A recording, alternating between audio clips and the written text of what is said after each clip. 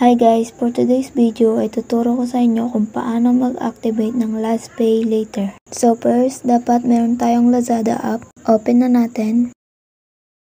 Then punta tayo dito sa account. At i-click natin itong Lazada wallet.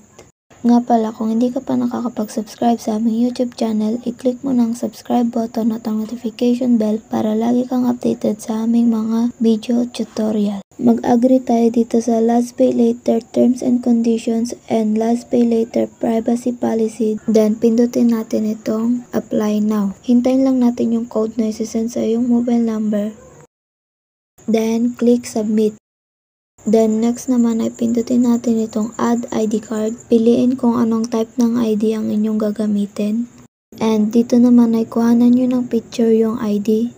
Make sure na malinaw at mababasa lahat ng information na nakalagay sa inyong ID. After that, i-click na natin itong Submit.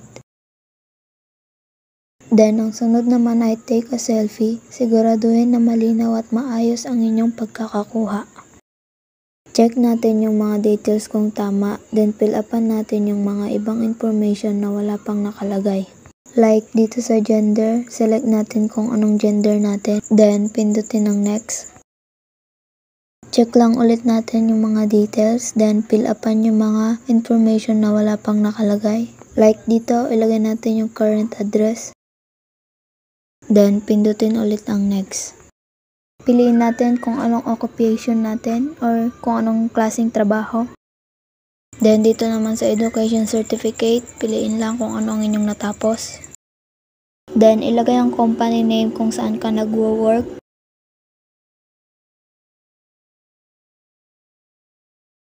Piliin naman dito kung ilang taon ka nang nagtatrabaho dito.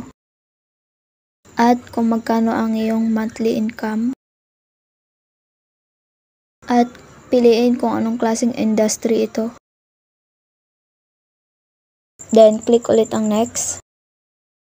Ilagay ang contact name.